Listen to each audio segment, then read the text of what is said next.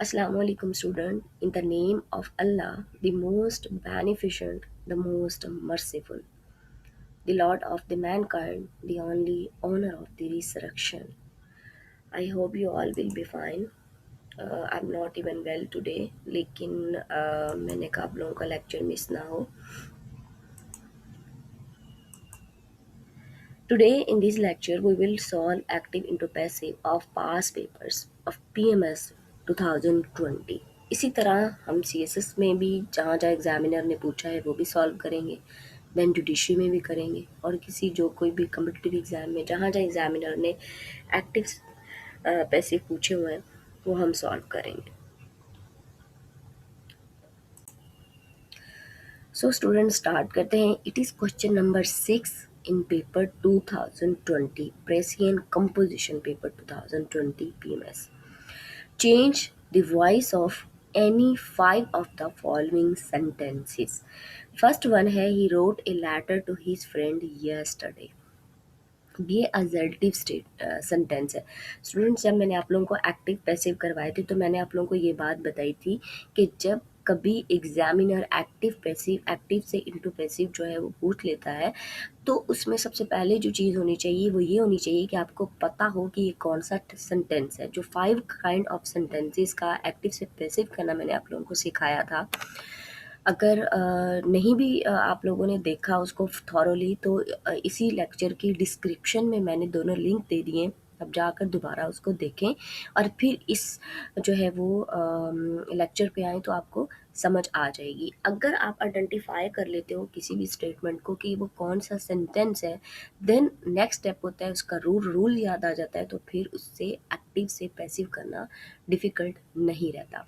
अब ये assertive sentence है, इसका जो रूल है सबसे पहले ऑब्जेक्ट ढूंढेंगे, then helping verb, then third form of verb आएगी और एंड पे सब्जेक्ट आ जाएगा. ये इसका जो है वो ऑर्डर है. लेकिन ये पैसिव इसको इस सूरत में करेंगे, लेकिन एक्टिव जो सेंटेंस है उसमें देखेंगे कि जो सब्जेक्ट है वो कौन सा है.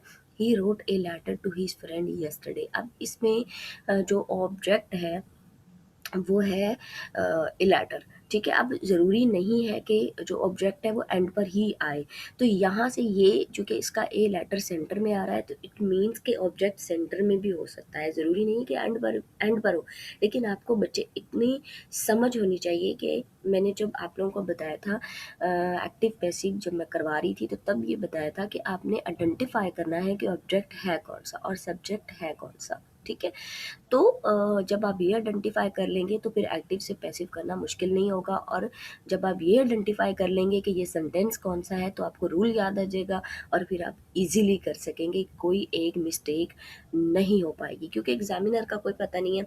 वो चाहे तो सारे एग्जेक्टिव स्टेटमेंट पूछ ले, चाहे तो सारे इम्पेरेटिव पूछ ले, चाहे तो एक्सक्लेमेटरी, लेकिन आपको रूल याद होना चाहिए. ठीक है. He wrote a letter to his friend yesterday. अब इसको सॉल्व कैसे करेंगे कि a letter.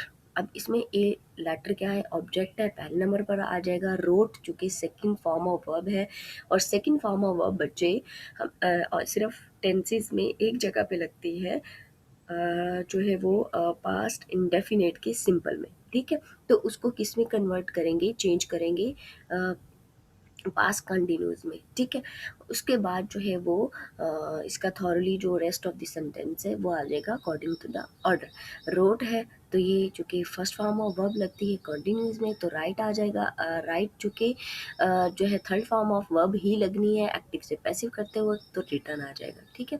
He wrote a letter to his friend yesterday. A letter was written to his friend by him yesterday. ठीक है. तो ये सॉल्व हो गया. नेक्स्ट है इसमें open the door of my car. ये बहुत ज़्यादा एग्जामिनर पूछता है. Open the door, open the door. और ये इम्पेरेटिव सेंटेंस है. इम्पेरेटिव सेंटेंस में बच्चे मैंने आप लोगों को बताया था कि कोई ऑर्डर होता है, कोई कमांड होती है, कोई एडवाइस, कोई जो है प्रोहिबिशन होती है समटाइम किसी भी चीज़ से. तो इसका रूल क्या है कि सबसे पहले लेट लगाएंगे, देन ऑब्जेक्ट ढूंढेंगे, ऑब्जेक्ट लगाएंगे, देन उसके बाद बी आ जाएगा और बी के बाद हमेशा थर्ड फॉर्म ऑफ वर्ब आती है। तो ये रूल आपने याद रखना है। जब आप सेंटेंस का आपको पता चल जाएगा कि कोई जो है वो ऑर्डर है या कुछ ऐसा है, तो इम्पेरेटिव जो है सेंटेंस है और इम्पेरेटिव सेंटेंस का रूल ये है। तो इसको सॉल्व करेंगे, let the door of my car be open. ठीक है, तो ये हो गया लेट लगा के। नेक्स्ट जो है सेंटेंस है वो है the thief was arrested by the police. अब ये ऑलरेडी पैसिव है। अब देखें कि जो एग्जामिनर है, पहला उसने असर्टिव सेंटेंस पूछा, दूसरा उसने इम्पेरेटिव पूछ लिया, थर्ड पे उसने पैसिव पूछ लिया। ठीक है, तो वो मिक्सचर देता है ताकि जो डिफरेंट आप लोगों ने अगर एरिया से, हर एरिया से एक्टिव पैसिव समझे हुए हैं, उससे रूल याद है, तो कोई मुश्किल नहीं है 10 स्कोर आपको अक्वायर करने में। इसमें क्या होगा बच्चे, इसमें रिवर्स रूल यूज़ होगा। पास्ट कंटिन्यूस, जैसे मैंने बताया था कि यहाँ पे बताया था कि ये पास्ट इंडेफिनेट है, तो उसको उसने किस में जाना है, पास्ट कंटिन्यूस में। लेकिन यहाँ पर जो पास्ट कंटिन्यूस है वो रिवर्स में जाएगा पास्ट इंडेफिनेट में। ठीक है, लेकिन उससे पहले आपको ये ढूंढना होगा कि इसमें सब्जेक्ट कौन सा है, ऑब्जेक्ट कौन सा है, और देन जो है वो आप उसको सॉर्ट आउट कर सकेंगे। तो the thief was arrested by the police. अब बाय द पुलिस है तो अंडरस्टूड है, जो पुलिस है वो सब्जेक्ट है जिसको एज ए ऑब्जेक्ट यूज़ किया गया है। उसके बाद जो द थीव है वो जो है वो ऑब्जेक्ट है, उसको एज ए सब्जेक्ट लाया गया है। थर्ड फॉर्म ऑफ वर्ब तो यूज़ होनी ही है। वहाँ से पता चल रहा है कि हेल्पिंग वर्ब है पास कंटिन्यूस का, तो इसको किस में लेके जाना है, पास इंडेफिनेट में। सो ये आ जाएगा पुलिस अरेस्टेड द थीफ। ठीक है, तो वेरी सिंपल, ये बहुत जो है वो आसानी से हो जाएगा। सेम वैसे जैसे एक्टिव से पैसिव करना है, देन पैसिव से रिवर्स रूल अप्लाई करते हुए पैसिव से एक्टिव की तरफ ले जाना है। नेक्स्ट वन है he broke the window pen. अब ये अगेन असर्टिव सेंटेंस है। यहाँ पे मैंने आप लोगों को असर्टिव का बता दिया था। सो हम इसको सॉल्व करते हैं। The window pane is broken by him. Next one है he should support the needy. ये भी इम्पेरेटिव सेंटेंस है। अच्छा, अब मैंने आप लोगों को बच्चे बताया था कि जो इम्पेरेटिव सेंटेंस है जिनमें एडवाइस पाई जाती है या कुछ इस तरह से जो है वो ऑर्डर पाया जाता है, उसको शुड में भी कर लेते हैं। अगर आप लोगों ने मेरे जो है वो लेक्चर्स एक्टिव पैसिव के पहले नहीं सुने, तो अब मैंने इसके डिस्क्रिप्शन में दे दिए हैं, अब वो सुने। तो वहाँ पे मैंने आप लोगों को बताया था कि एक उसको लेट में भी कर सकते हैं, लेट का रूल भी मैंने आप लोगों को बच्चे बताया था।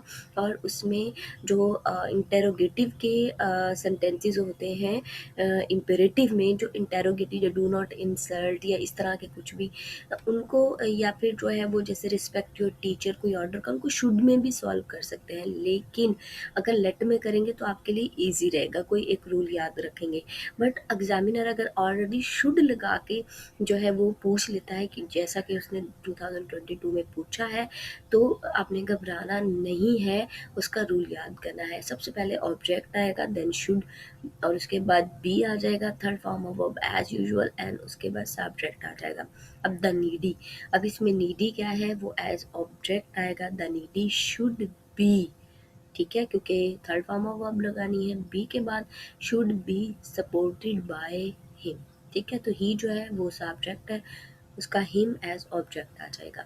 तो needy should be supported by him, कोई मुश्किल नहीं है, कोई मसले वाली बात नहीं है। उसके बाद नेक्स्ट है the king applicated the throne. Assertive sentence again है और इसको भी वैसे ही करना है। The throne was applicated by the king. ठीक है, सीधी सीधी स्टेटमेंट है। नेक्स्ट पर है the sun rises in the east. ये एक यूनिवर्सल ट्रूथ है and universal truth can not be changed. ठीक है, यहाँ मैं आपको ये भी बताती चलूँ कि the sun rises in the east, ये ग्रामेटिकली एक गलत सेंटेंस है, क्योंकि सन जो है वो स्टैटिक है, वो कभी भी ईस्ट से नहीं आता या इस वाली साइड से नहीं होता। अर्थ जो है वो रिवॉल्व करती है अराउंड अराउंड सन। सो अर्थ जो है राइजेज फ्रॉम द ईस्ट, सन कभी भी राइजेज ईस्ट से नहीं होता। तो ये ग्रामेटिकली एक गलत सेंटेंस है जो हम जो है वो लास्ट मैनी डेकेड से इसको यूज़ करते आ रहे हैं। बट चूँकि it is universal truth that's why it can not B change. तो यहाँ पे मैं आपको बता दूँ बच्चे के एग्जामिनर अगर चाहे तो वो सारे एजर्टिव सेंटेंसेस भी पूछ सकता है, चाहे तो सारे इम्पेरेटिव भी पूछ सकता है, चाहे तो सारे जो है वो एक्सक्लेमेटरी भी पूछ सकता है, इंटेरोगेटिव भी पूछ सकता है, और चाहे तो जो है वो सारे ऑप्टेटिव भी पूछ सकता है। तो आपको सबका रूल याद होना चाहिए। अगर आप मेरा ये फर्स्ट टाइम लेक्चर सुन रहे हैं तो बच्चे आप जाएं डिस्क्रिप्शन में active voice passive wise part 1, active passive part 2 मैंने ऑलरेडी जो है उनके लिंक दे दिए हैं, आप वो सुन लें। उसके बाद आप इसको सॉल्व करेंगे तो आपको समझ आ जाएगी। ठीक है, अपना ख्याल रखिएगा। कल के लेक्चर में हम प्रेसियन कंपोजिशन पास पेपर्स 2019 करेंगे। ठीक है, stay blessed and take care of yourself.